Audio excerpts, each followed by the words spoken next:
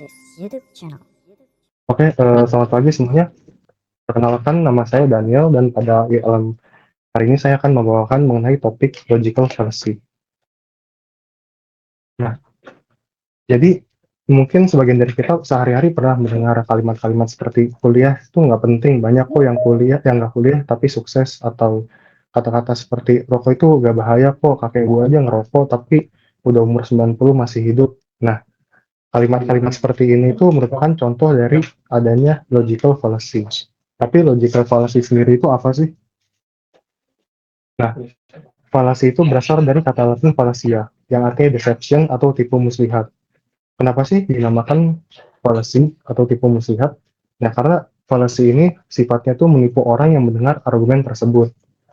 Logical fallacy sendiri adalah kesalahan dalam berpikir atau bernalar yang dapat merusak validitas dari suatu argumen atau pernyataan sehingga dapat menyesatkan dan menipu orang yang mendengar argumen tersebut. Logical fallacy sendiri biasanya terjadi karena adanya manipulasi fakta, kesalahan dalam menarik kesimpulan, atau pengalihan perhatian dari masalah. Nah, logical fallacy sendiri itu bisa terjadi secara sengaja maupun tidak sengaja. Untuk yang tidak sengaja bisa terjadi karena tidak memiliki pengetahuan atau informasi yang cukup mengenai topik yang dibahas, kecenderungan proses berpikir untuk menafsirkan informasi secara subjektif untuk mendukung keyakinan personal, terpengaruh oleh pendapat mayoritas tanpa melakukan riset terhadap kevalidan suatu argumen atau pernyataan. Dan yang sengaja itu dapat terjadi untuk mempengaruhi atau membentuk opini publik sesuai dengan agenda atau kepentingan pihak tertentu, melakukan persuasi untuk memperkuat argumen yang lemah dan tidak didukung oleh bukti yang kuat, dan melemahkan kredibilitas atau menjatuhkan reputasi orang lain untuk membuat argumen orang tersebut menjadi terlihat tidak valid dan tidak relevan. Nah, kemudian saya akan memberikan contoh-contoh logical fallacy yang biasanya terjadi.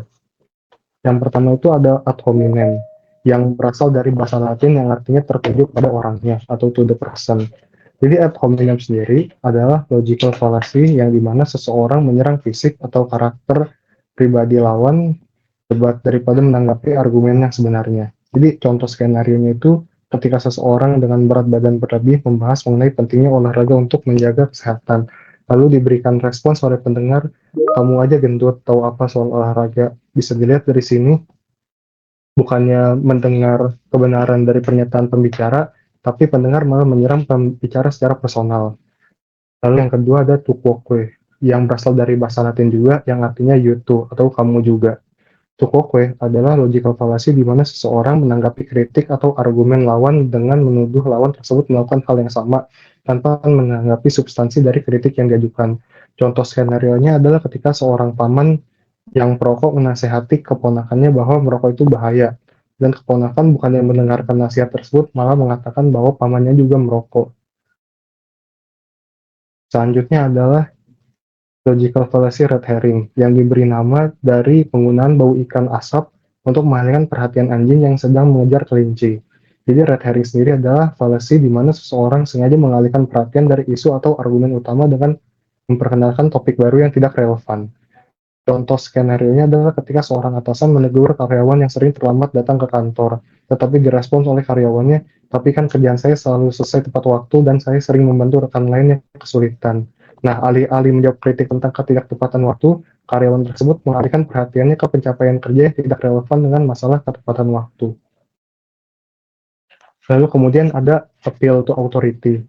Appeal to authority adalah logical fallacy di mana seseorang mengklaim bahwa suatu argumen benar hanya karena pihak yang dianggap sebagai otoritas atau ahli mendukungnya tanpa mengevaluasi bukti atau argumen yang ada. Jadi, fallacy ini tuh mengandalkan kredibilitas atau status seseorang untuk memvalidasi suatu klaim. Contohnya itu, ketika seseorang yang terkenal memiliki banyak harta menyarankan untuk berinvestasi di suatu koin digital. Nah, orang-orang yang mendengar itu pasti langsung koin ini disarankan oleh orang yang kaya nih, berarti kalau misalnya kita beli pasti kita bakal ikutan kaya juga seperti dia. Nah, keputusan investasi ini dianggap benar hanya karena didukung oleh seseorang yang kaya tanpa melakukan riset terkait investasi itu secara pribadi. Nah, ini adalah contoh dari appeal to authority. Lalu yang kedua itu ada appeal to ignorance. Jadi, appeal to ignorance adalah logical fallacy yang terjadi ketika seseorang berargumen bahwa suatu pernyataan beratnya itu karena benar hanya karena belum terbukti salah atau sebaliknya, dianggap salah karena belum dibuktikan benar. Jadi appeal to ignorance ini memanfaatkan ketidaktahuan atau ketidakadaan bukti untuk menarik kesimpulan. Jadi contohnya itu ketika ada perdebatan mengenai alien itu ada atau tidak, atau hantu itu ada atau tidak.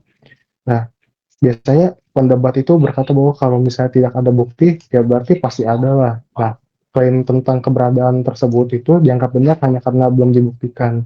Nah, itu adalah contoh dari appeal to ignorance. Nah, yang terakhir itu adalah hasty generalization. Hasty generalization itu adalah contoh logical fallacy di mana seseorang membuat kesimpulan umum berdasarkan sampel yang tidak cukup atau representasi yang terlalu kecil. Jadi fallacy ini terjadi ketika seseorang mengambil data atau pengalaman terbatas atau sedikit untuk menanggapi semua kasus yang sama atau serupa itu hasilnya akan sama. Jadi contoh skenario itu ketika seseorang bertemu dengan beberapa orang di daerah tertentu yang memiliki sikap buruk. Lalu orang tersebut akan berpikir bahwa semua orang di daerah tersebut pastilah orang yang tidak ramah dan jahat. Karena dia tidak pernah ketemu dengan orang-orang di daerah itu yang sopan. Nah, jadi falasi ini itu kesimpulan tentang semua orang di daerah X itu diambil dari pengalaman dengan beberapa individu yang tidak mewakili seluruh populasi dari daerah tersebut. Itu adalah contoh dari falasi hasty generalization. Nah, kita kan sudah mengenal itu falasi-falasi yang ada. Nah, terus gimana sih cara menghindari logical fallacy? Nah, yang pertama adalah dengan mengembangkan kemampuan berpikir kritis dengan menganalisis argumen secara menyeluruh dan memastikan bahwa klaim didukung oleh bukti yang valid dan relevan. Yang kedua adalah mengevaluasi argumen atau informasi yang didapatkan secara objektif dengan mempertimbangkan perspektif yang berbeda untuk menghindari bias dan memvalidasi kebenaran informasi tersebut. Nah, yang terakhir caranya adalah dengan mengenali beberapa macam falasi agar kita dapat mengenali apabila terdapat argumen atau informasi dari diri sendiri atau orang lain yang mengandung falasi. Sekian ya dari saya. Terima kasih. Kalau tanggapan saya untuk hari ini, sebenarnya mungkin topik yang dibawakan cukup menarik ya. Tadi itu ada logical fallacy. Mungkin juga ini banyak terjadi di masyarakat. Kesalahan bernalar, kesalahan berpikir. Nah, tapi yang tadi mungkin saya tidak tangkap dari presentasinya hari ini adalah mungkin gini. Itu kan tadi kan contoh-contoh yang diberikan ya untuk maksudnya contoh perbuatan logical fallacy di macam-macamnya. Tadi misalnya di ad hominem, to quoque, hasty generalization, itu kan maksudnya kan um, contohnya benar-benar sebuah contoh gitu loh. Nah, tapi nggak ada maksudnya um, lagi sih bang di depan. apa sih tindak yang memang benar-benar terjadi di masyarakat pada umumnya, yang memang itu benar-benar kejadian. Dan mungkin yang mau saya coba tanya dan perjelas adalah uh, ini kan bahasnya tentang logical fallacy. Logical fallacy itu tadi kalau kita lihat hampir separuhnya itu sebenarnya it's very subjective matter. Jadi benar-benar sangat-sangat subjektif.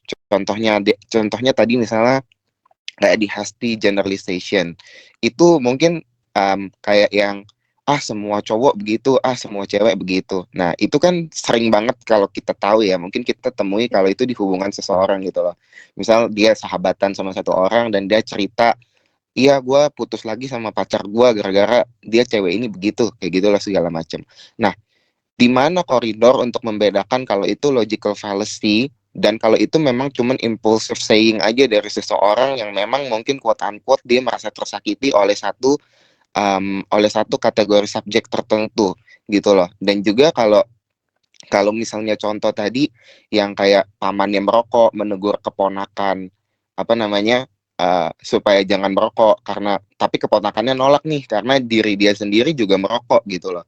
Nah, di mana juga koridor kita untuk membedakan kalau itu logical fallacy dan itu hanya impulsive saying seseorang gitu loh. Karena kan kalau dari satu sisi kita tuh nggak bisa berekspektasi kalau semua orang akan menerima argumen kita gitu loh. Pasti ada penolakan. Nah, penolakan itu kan seringkali kan nggak mungkin kan.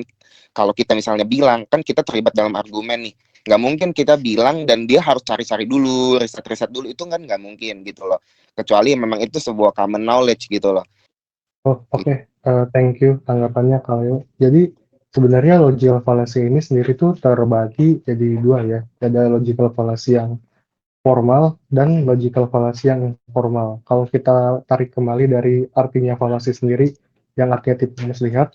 Jadi cara membedakannya itu ya logical fallacy itu kata-kata atau argumen yang bersifatnya menipu, tapi hal ini tuh lebih mudah dibedakan ketika logical fallacy tersendiri itu merupakan logical fallacy yang formal atau logical fallacy yang terstruktur. Misalnya kayak buku kan dibuat dari pohon. Berarti kalau membuat buku tuh harus tebang pohon, sedangkan penebangan pohon itu membuat global warming. Artinya kalau misalnya lu baca buku itu artinya lu mendukung global warming. Nah, sedangkan untuk contoh-contoh yang saya berikan seperti ad hominem dan lain-lain itu cukup sulit untuk dibedakan mana yang impulsive saying atau apa namanya logical fallacy, karena logical fallacy tadi itu termasuk ke dalam logical fallacy informal seperti itu, Kak, yang merupakan yang tidak memiliki struktur. Oke. Kalau misalnya kayak gitu, dan juga mungkin yang mau coba saya tanya tadi ada yang bahas alien itu tapi masuk ke logical fallacy mana ya?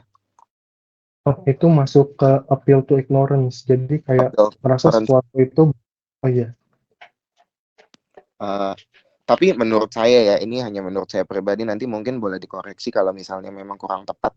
Tapi bukankah itu cara gini loh? Appeal to ignorance menurut saya itu gimana ya? Sedikit banyak adalah cara berpikir yang saintifik. Jadi gimana ya? Appeal to ignorance itu tuh kalau contohnya tadi, saya mungkin nggak, saya kurang tahu ya apa apa contohnya yang tadi kurang menggambarkan, atau mungkin saya juga yang cara berpikirnya salah nih. Nanti mungkin coba dikoreksi ya. Uh, tapi kalau menurut saya dari contoh yang tadi itu, misalnya kalau alien alien itu misalnya alien itu ada sampai dia dibuktikan tidak ada, menurut saya itu cukup saintifik loh untuk dikatakan, untuk maksudnya untuk dijadikan sebuah argumen gitu loh. Eh, Bentar, saya harus cari sesuatu. Jadi menurut saya itu sesuatu yang cukup saintifik untuk dikatakan, karena kenapa ya, ini menurut saya agak kontradiktif ya sama sama idea of logical fallacy sendiri. Kalau menurut yang tadi Kak Daniel sampaikan, karena kan tadi kan katanya kan uh, harus berdasarkan bukti, cari bukti dan lain sebagainya gitu loh. Tapi kan di lain sisi appeal to ignorance itu kan tadi contohnya ya, contohnya saya bahas nih substance contohnya gitu loh, bukan bukan arti dari appeal to ignorance sendiri. Nanti itu mungkin kapasitasnya Kak Daniel untuk menjelaskan gitu. Kalau saya cuma menanggapi. Tapi menurut saya itu sesuatu yang cukup saintifik, karena kenapa? Ya kita memang perlu bukti untuk membuktikan kalau dia tidak ada gitu loh. Jadi buktinya itu emang harus apple to apple, gak boleh cuma membuktikan kalau dia ada, tapi kalau memang kita kita berargumen dia tidak ada, ya harus dibuktikan. Berarti sampai sampai dia tidak sampai dia bisa dibuktikan tidak ada, ya berarti eksistensinya ya harus dianggap ada gitu loh. Nah, itu menurut saya juga salah satu yang lumayan mengganjal ya dari penjelasan logical fallacy gitu. Mungkin boleh dijelaskan lebih lanjut ya tadi yang appeal to ignorance itu maksudnya kayak gimana, atau ada contoh yang lain yang bisa lebih menggambarkan appeal to ignorance? appeal to ignorance itu ya pada dasarnya emang artinya itu. Jadi kayak menolak sesuatu atau ya karena dia tuh nggak tahu ada buktinya atau tidak dibuktikan depan diri dia sendiri. Untuk contohnya sendiri itu kayak cuma contoh dasar aja sih sebenarnya, nggak usah terlalu diseriusin. Kayak bukan berarti eh, kalau alien tuh nggak dibuktikan ada berarti alien tuh bisa jadi ada gitu sebenarnya. Ini saya cuma mau sharing doang sebenarnya, kayak pada dasarnya tuh ini tuh gimana sih. Dan sebenarnya namanya logical fallacy itu cukup banyak ya jenis-jenisnya. Lebih sebenarnya dari yang kemarin saya riset pas bikin ini tuh lebih dari 20 atau 30, dan sebenarnya saling menyinggung satu sama lain dan nggak bisa kayak benar-benar diklasifikasiin, oh ini tuh ad hominem, ini tuh pasti ini tuh ini gitu. Pasti ada menyinggung satu sama lain. Seperti itu sih sebenarnya. Jadi kayak saya cuma mau ngasih tahu doang. Itu kayak oh biar biar yang lain tahu ada tuh yang namanya logical fallacy. Isinya tuh ini aja sih gitu. Oh, oke oke. Mungkin sedikit lagi ya, dikit lagi. Uh, Oke. Berarti saya mungkin ketemu sedikit contohnya. Mungkin Kak Daniel dan teman-teman juga tahu ya, ada perdebatan selama ini tentang flat earther sama bumi bulat ya. Jadi kelompok yang mendukung bumi itu bulat sama bumi itu datar itu nyata dan itu beneran ada gitu loh. Nah, kalau kira-kira misal gini, orang dari kalangan bumi datar itu percaya bumi datar. Jadi dia dia apa namanya? Dia percaya bumi itu datar sampai dia bisa membuktikan kalau bumi itu ternyata tidak datar. Kalau bumi itu tidak datar, baru dia bisa percaya gitu loh. Maksudnya itu ini masuk ke analogi appeal to ignorance tadi dong. Berarti kalau kayak gitu. Sama juga bumi bulat gitu loh. Dia akan selalu percaya bumi itu bentuknya bulat sampai sampai memang eh, sampai emang bumi itu dinyatakan datar gitu loh. Jadi itu apakah itu masuk ke appeal to ignorance? Itu masuknya banyak sih, ada appeal to ignorance, ada juga masuk fallacy yang kalau misalnya kalau nggak dikasih bukti depan muka dia itu dia ngeyel tentang pendapatnya gitu. Terus kalau misalnya ada juga kayak kalau misalnya bukti yang dikasih ke dia tuh bukan dari ahli, itu dia nggak bakal denger. Macem-macem sih sebenarnya, kayak Hmm. terlalu luas. Jadi yang saya jelaskan itu kayak saya kotak-kotakin secara dasar aja gitu. Oh, oke. Oke. Thank you Kak. Saya rasa cukup.